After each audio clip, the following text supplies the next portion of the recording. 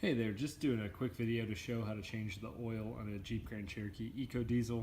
This is a 2014 3-liter diesel. It's the same engine that's also in the Ram 1500. I've already got the engine cover off. The oil filter housing is right here. I like to start by pulling the filter out of the housing and letting the housing drain down when I drain the sump. So to remove that, we're going to go ahead and take this pipe off, which you don't actually have to do, but for the purpose of this video, I'm just going to go ahead and get it out of the way. And there's a crankcase tube behind it as well. These are just 8mm clamps, so loosen that up. Loosen this one up.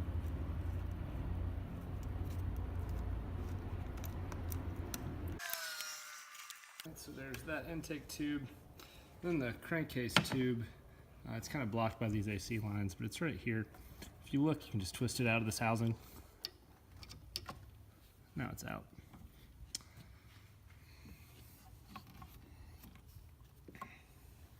There's an electrical connector on it. I'm going to go ahead and take that off too.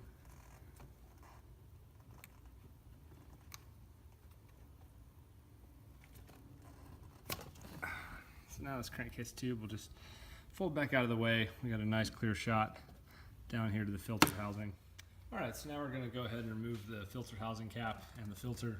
To do that, use a 27mm deep well, which you put right on there, and a 1/2-inch extension kind of ratchet. That's what I like to use.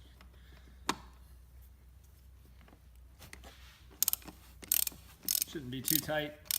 If it is, well, there's probably a reason you're changing it yourself. So that's pretty much hand loose now. Go ahead and spin that.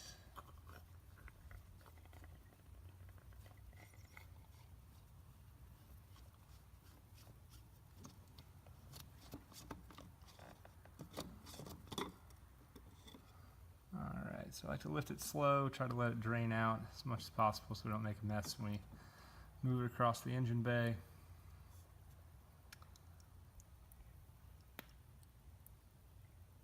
Alright, now it's time to pull the filter out of the filter housing. Just a tug.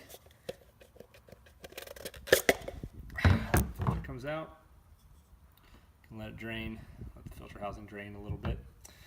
Here's the new filter. Just going to go ahead and pop that down in there.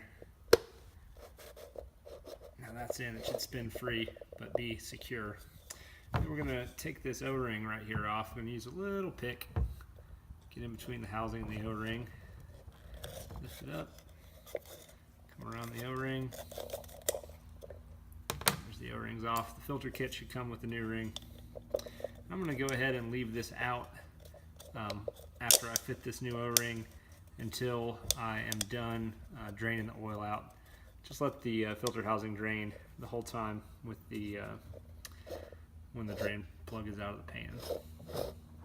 Alright, now we're under the Jeep.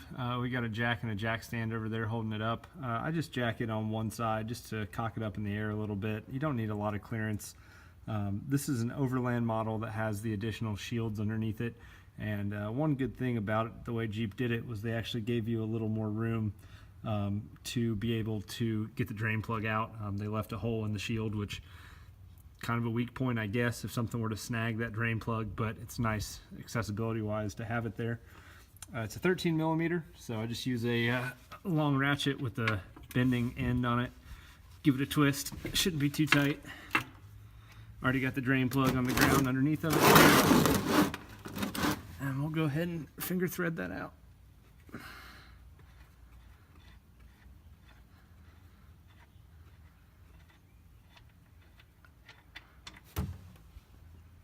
There's a rubber O-ring on this drain plug that should be replaced when you're doing this as well.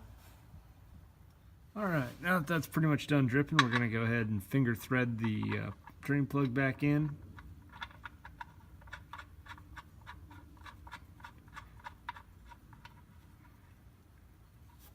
Got it finger tight, just wiping off around it, make sure there's no oil left dripping. Now I'll take the ratchet and just snug it up tight. I'm not sure of the exact torque spec, just snug, not really tight.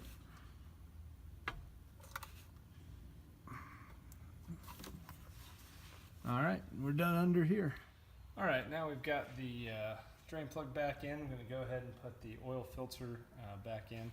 So we've got the oil filter housing cap with the filter already in it and a new seal on it. We're just going to go ahead and drop it down in here. Start it by hand. Get it finger tight. And now we'll grab the 27mm on the 1/2 inch and snug it down.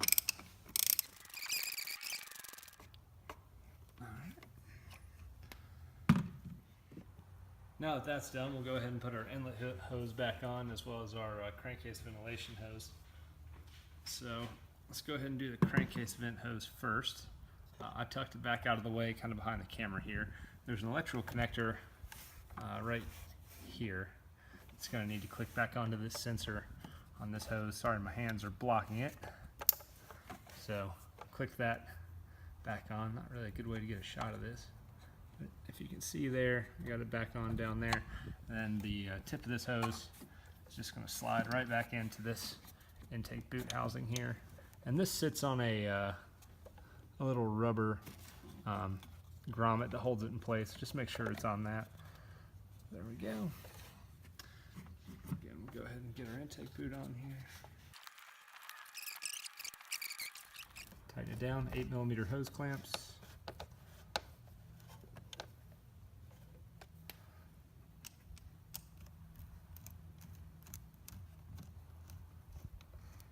I really like using nut drivers for this instead of a flathead screwdriver. It's just a lot more precise and you don't have to worry about anything coming loose, even though this is the low pressure side of the turbo. Alright, now it's time to fill it up. I'm using Rotella T6 5W40. It's one of the approved oils that Jeep lists for this vehicle. I used to use a Mobil 1 emission system protection 5W40, but this shell has been much easier to find. 8 quarts total for this, which these are 1-gallon jugs, so 2 jugs and you're all set. After this, I'm going to button it up, put the engine cover back on it, put the fill cap cover back on it, and go in the vehicle and reset the oil life indicator